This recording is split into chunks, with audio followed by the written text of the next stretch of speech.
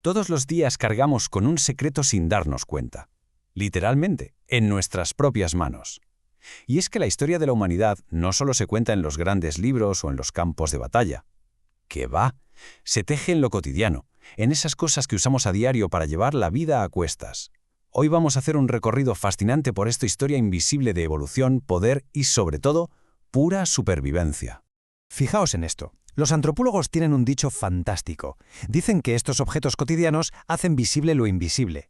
Son como testigos mudos de épocas que ya hemos olvidado. Ese accesorio que a veces parece tan trivial, tan del día a día, es en el fondo un mapa espectacular de nuestra civilización, un lugar donde la necesidad más básica choca de lleno con las estructuras de poder. Para entender esto, tenemos que viajar muy atrás. Hablamos del año 38.000 a.C., en plena Edad de Piedra. Aquí es donde aparecen las primerísimas bolsas hechas de fibra. Por supuesto, aquí la idea de moda no pintaba absolutamente nada. Era pura necesidad biológica: cazar, recolectar, sobrevivir. Fue sin duda la primera gran revolución de nuestra especie: lograr caminar con las manos libres.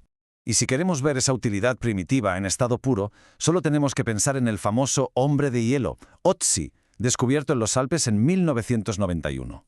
Llevaba con él, hace más de 5.300 años, una bolsita de piel de ciervo, cosida meticulosamente con tendones de animales y curtida. Era básicamente una caja fuerte prehistórica para guardar sus herramientas de sílex y hongos medicinales. Supervivencia pura y dura. Pero claro, damos el salto a las grandes civilizaciones y la cosa cambia por completo. En el antiguo Egipto ya empezamos a encontrar bolsas súper elaboradas en las tumbas de las élites. Y en Roma nace la famosa bursa que se ataba al cinturón. Es un cambio monumental. El objeto deja de ser una simple herramienta para no morir de hambre y se convierte en el primer gran marcador de estatus social de la historia. Luego avanzamos a la Edad Media y el Renacimiento, y la artesanía llega a unos niveles de complejidad inéditos. Destaca muchísimo la aumonier, que usaba la nobleza para llevar limosnas o esencias perfumadas.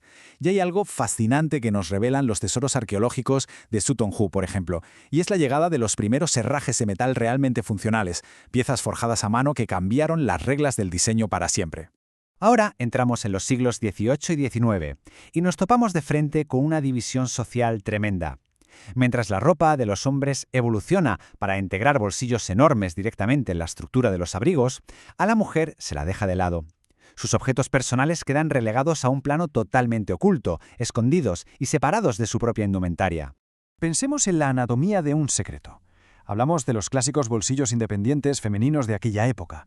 Nada que ver con los masculinos. Estos se tenían que atar a la cintura con una cinta y quedaban ahí, suspendidos, totalmente asfixiados bajo kilos de pesadas faldas y enaguas. Sorprendentemente, era la única opción de almacenamiento personal que tenían. Y claro, la tela de estos bolsillos nos cuenta historias con una carga emocional increíble. Eran piezas que pasaban de madres a hijas, de generación en generación. Tienen costuras y remiendos hechos con un cuidado exquisito a lo largo de décadas. Eran como guardianes silenciosos en un diseño oculto que albergaba el universo más privado de la mujer que lo llevaba puesto.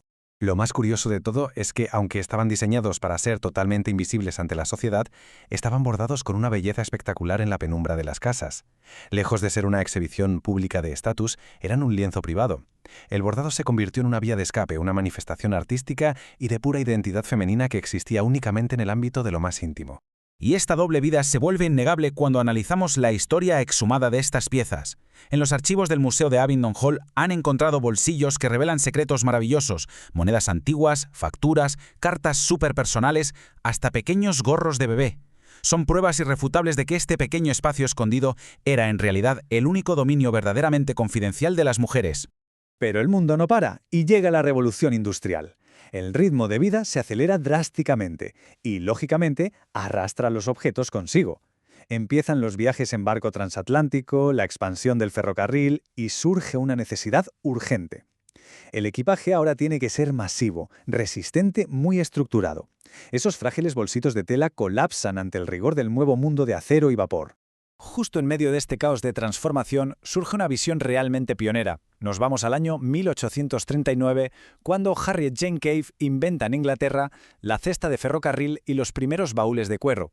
Una innovación técnica brutal que no solo solucionó un dolor de cabeza logístico, sino que sentó las bases para los grandes imperios del lujo moderno que vinieron después, como Louis Vuitton.